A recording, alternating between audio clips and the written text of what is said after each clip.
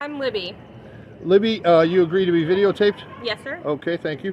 And what were you? What is it that you do? So I no longer do it. I ended up leaving the job, but I used to work for a gun store in Springfield, Ohio. And how recently was that? This was last year. It's been within the last year. Okay. And you left them about 2023 or sometime in 24? It's been about 10 months since I left, so yes, 2023. Okay. And what were you telling us about gun sales to folks who were undocumented? So when I worked there, we would have about 10 to 15 Haitian men come in every day. Normally it was just one in the group that would try and purchase a firearm. Most of them did not have U.S. IDs. They had Mexican IDs, and other countries I'm not really sure, but the most popular was Mexican. And they would come in trying to purchase firearms, and I was told that I had to process the sales just like everybody else, like I would any other customer.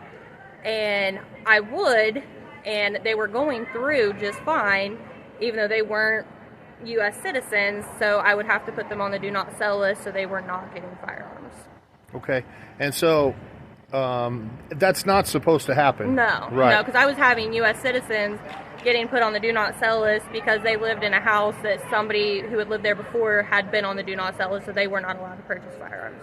Okay, but these were all going through. Yes. And you put them on a do not sell list, and then what happened? I was told I was not allowed to do that because it was something with the Second Amendment. Okay. And how many firearms do you think you sold during the time you were there in that situation? Probably 40. Okay. And usually groups of people, but one of them would try to get a gun? Yes. Okay. And anything else you want to share, or things that you noticed when you were there that...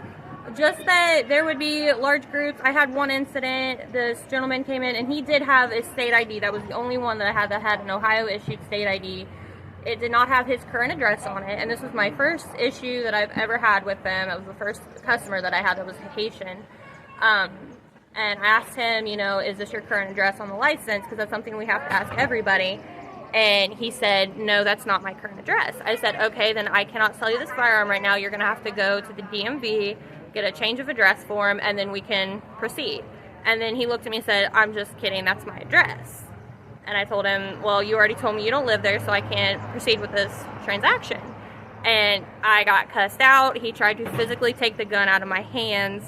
And then my boss told me just to process it. It wasn't a big deal, even though if it was anybody else, I couldn't have done that. So, do you think that the gun stores are getting pressure, or how is it that they're approving all this stuff? I genuinely, I have no idea. I do know that the store that I worked for, we were told we had to process it. I would call all the other gun stores in the area and tell them what was going on, not to accept it. And so I ended up having to call about 3 to 4 gun stores every time we'd have that issue. Almost every day? Yes. Wow. Okay, thank you so much. Is there anything else you want to say? I probably shouldn't. Okay. Thank you for sharing. We Thank appreciate you. your honesty and willingness.